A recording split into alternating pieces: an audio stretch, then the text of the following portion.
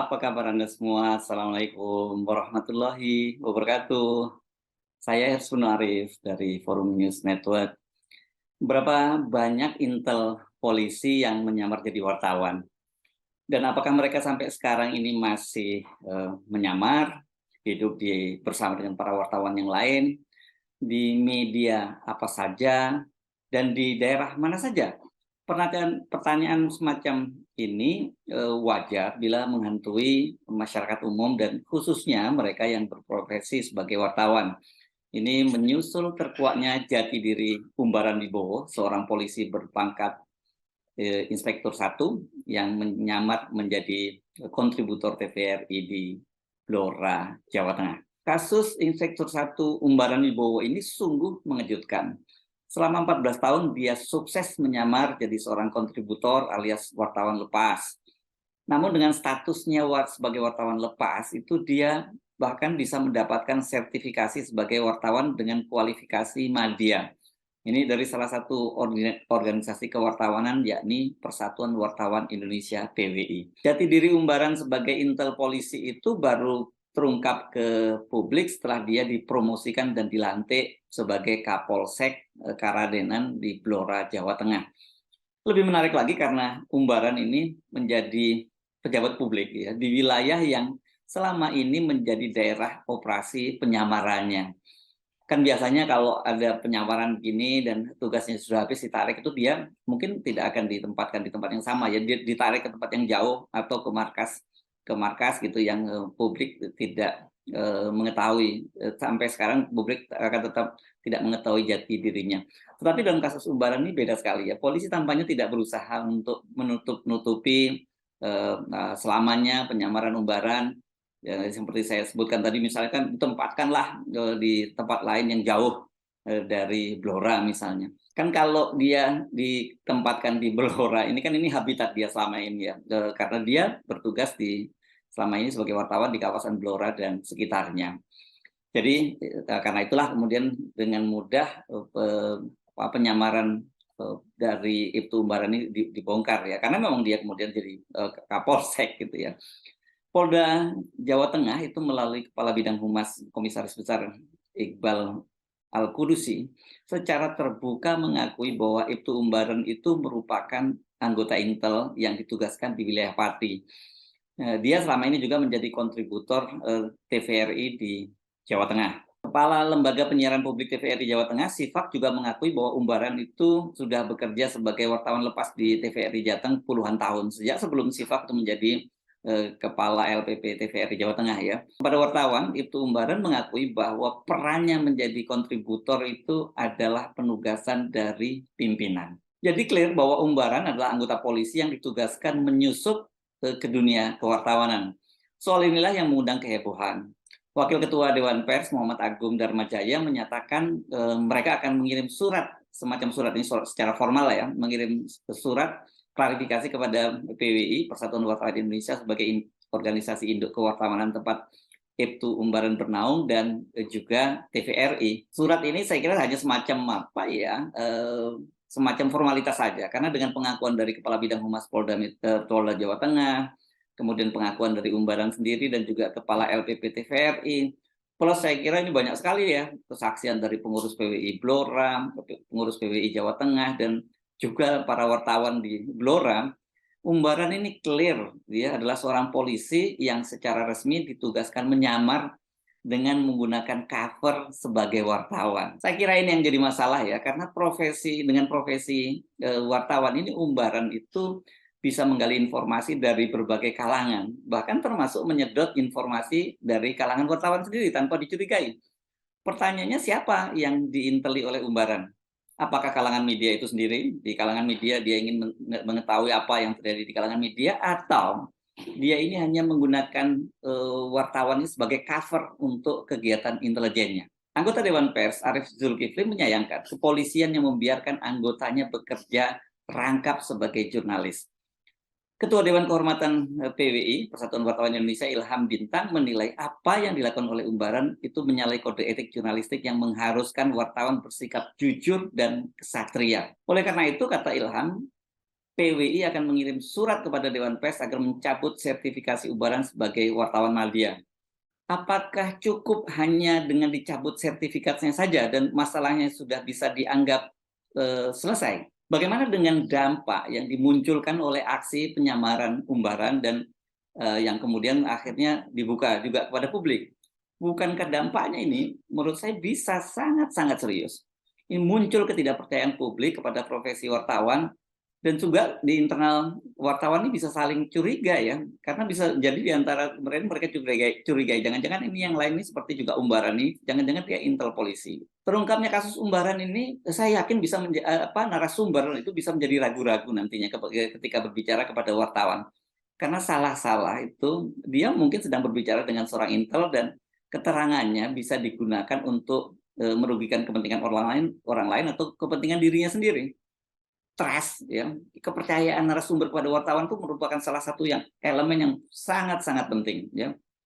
Biasanya narasumber mau diwawancarai bicara kepada wartawan ya karena dia tadi percaya kepada satu profesi wartawannya itu sendiri, yang kedua dia percaya kepada wartawan itu. Di kalangan jurnalistik itu ada satu istilah atau yang menjadi semacam panduan dan sangat dijunjung tinggi oleh seorang wartawan, ini menjadi semacam kode etik, yakni on the record, not for attribution, background, dan off the record. Apa itu? On the record ini adalah sebuah wawancara di mana semua pertanyaan narasumber boleh dikutip sepenuhnya oleh wartawan. Sejak awal soal ini harus disepakati oleh seorang narasumber dengan wartawan. Biasanya wartawan yang betul, yang menjunjung tinggi kode etik jurnalistik, dia akan tanya, apalagi kalau kemudian muncul pernyataan-pernyataan yang sensitif. Apakah pernyataan Bapak ini boleh saya kutip sepenuhnya on the record, biasanya begitu. Bila ada bagian yang tidak ingin dikutip, maka narasumber itu bisa minta kepada wartawan bahwa untuk bagian-bagian tertentu yang bersifat off the record, mana yang maksudnya off the record, mana yang not for attribution atau just for your background misalnya begitu. Apa sih bedanya antara on the record, not attribution, kemudian background dan off the record? Kalau tadi jelas ya, off the record itu semuanya boleh dikutip oleh wartawan. Sementara kalau not for attribution itu adalah manakala seorang narasumber bersedia diwawancarai namun dia tidak mau disebut namanya. Dalam posisi ini seorang wartawan biasanya hanya boleh menyebutnya secara dalam term yang lebih general, yang umum saja, yang indikatif saja. Misalnya begini, sumber di Istana Kepresidenan, gitu. Karena yang Anda wawancarai adalah orang di lingkungan istana, misalnya dari KSP dan sebagainya, tapi dia tidak mau disebut sumbernya ya, namanya apalagi gitu. Dia hanya boleh disebut sebagai sumber di Istana Kepresidenan. Itu misalnya begitu. Bagaimana dengan background atau latar belakang? Banyak yang menyebut ini sebenarnya background ini mirip dengan not for attribution atau tidak boleh menyebut sumber. Tapi sesungguhnya ini sedikit berbeda. Background itu dalam dunia jurnalistik itu atau dalam bahasa dalam istilah bahasa itu biasanya disebut sebagai parafrase ya, atau mengungkap sesuatu dengan diksi yang berbeda. Tapi pembacanya atau penonton media itu masih menangkap apa yang ingin disampaikan. Biasanya hal-hal semacam ini, background ini dilakukan untuk untuk menjaga kerahasiaan informasi, namun publik tetap paham dengan informasi yang dimaksud. Nah, bagaimana dengan off the record? Dalam kasus semacam ini, ketika wartawan mendapati narasumber yang menyatakan off the record, maka benar-benar informasinya, apalagi nama narasumbernya, itu harus ditutup. Cukup untuk pengetahuan si wartawan. Namun dalam kasus tertentu, ketika wartawan sudah punya informasi lengkap dan narasumber kemudian dalam wawancara tiba-tiba dia minta, tapi ini off the record ya, si wartawan bisa menolak dengan dalih bahwa dia mengatakan saya sudah mendapatkan informasi ini sebelum dari Bapak gitu. Tapi tentu saja dia tidak boleh menyebut narasumber itu dengan menyebut narasumbernya itu ya, karena perjanjian tadi off the record. Kode etik semacam itu harus dijunjung tinggi oleh seorang wartawan. Nah, ketika seorang intel menyamar menjadi wartawan, tentu saja kode etik semacam itu tidak akan ditaati dan tidak mengikat dia ya. Seorang intelijen itu dia bisa menggunakan berbagai macam cara untuk mendapatkan informasi. Ada yang bersifat rahasia melalui yang seperti penyadapan atau membayar informan. Bahkan dalam beberapa kasus itu bisa juga dilakukan secara memeras, mengintimidasi, dan lain-lain. Semua itu tidak diperbolehkan oleh wartawan. Seorang wartawan dalam mendapatkan informasi harus melalui cara-cara yang sah, jujur, dan menjunjung kode etik.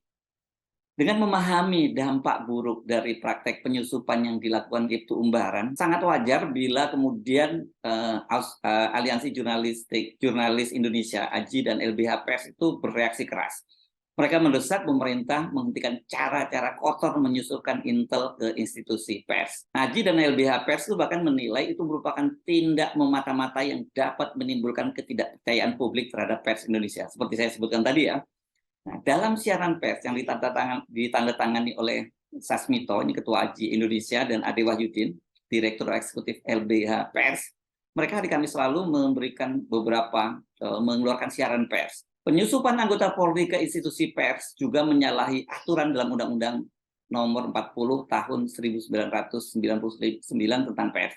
Dalam pasal 6 Undang-Undang Pers menyebutkan pers nasional memiliki peran untuk memenuhi hak masyarakat untuk mengetahui, mengembangkan pendapat umum berdasarkan informasi yang tepat, akurat, dan benar, melakukan pengawasan, kritik, koreksi, dan saran terhadap hal-hal yang berkaitan dengan kepentingan umum, serta memperjuangkan keadilan dan kebenaran. Oleh sebab itu, kepolisian jelas telah menempuh cara-cara kotor dan tidak memperhatikan kepentingan umum dan mengabaikan hak masyarakat untuk mengetahui dan mendapatkan informasi yang tepat, akurat, dan benar. Selain itu, pers memiliki imunitas, kekebalan, dan hak untuk kemerdekaan dalam melakukan kerja-kerjanya.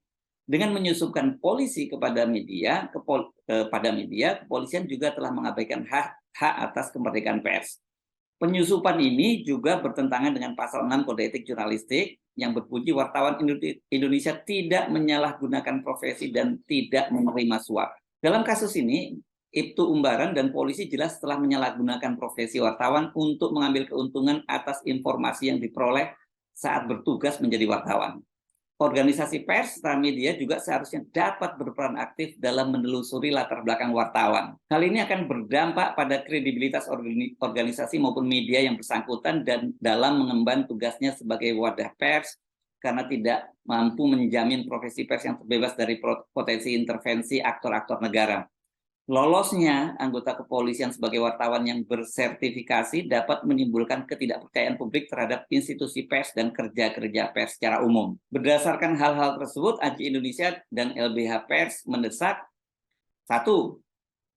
pemerintah khususnya Polri untuk menghentikan cara-cara kotor seperti menyusupkan anggota intelijen ke institusi media yang dapat mengganggu kinerja pers dan menimbulkan ketidakpercayaan publik. Kedua, mendesak Dewan Pers untuk menyelidiki kasus ini hingga tuntas dan memberikan sanksi kepada Ibtu Umbaran yang telah melanggar kode etik jurnalistik. Dewan Pers juga perlu memperbaiki mekanisme uji kompetensi wartawan agar peristiwa serupa tidak terulang pada masa mendatang. Ketiga, mendorong Dewan Pers untuk memastikan aparat keamanan lain seperti TNI dan badan intelijen lainnya tidak melakukan cara-cara kotor seperti yang dilakukan oleh Polri.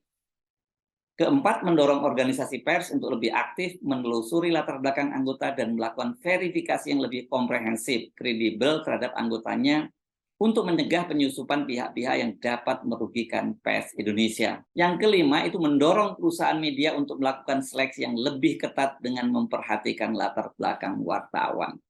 Jadi ini jangan dianggap main-main ya, ini sangat serius apa yang dilakukan Ibtu Umbaran. Sekali lagi tadi, ini pertanyaan kita adalah apakah ini hanya satu kasus ataukah ini sudah menjadi semacam modus yang dilakukan oleh Intel PAM Polri untuk menyusupkan anggotanya di beberapa organisasi wartawan dan juga di berbagai daerah lainnya. Saya Subnu Arif dari Forum News Network. Sampai jumpa lagi. Wassalamualaikum warahmatullahi wabarakatuh.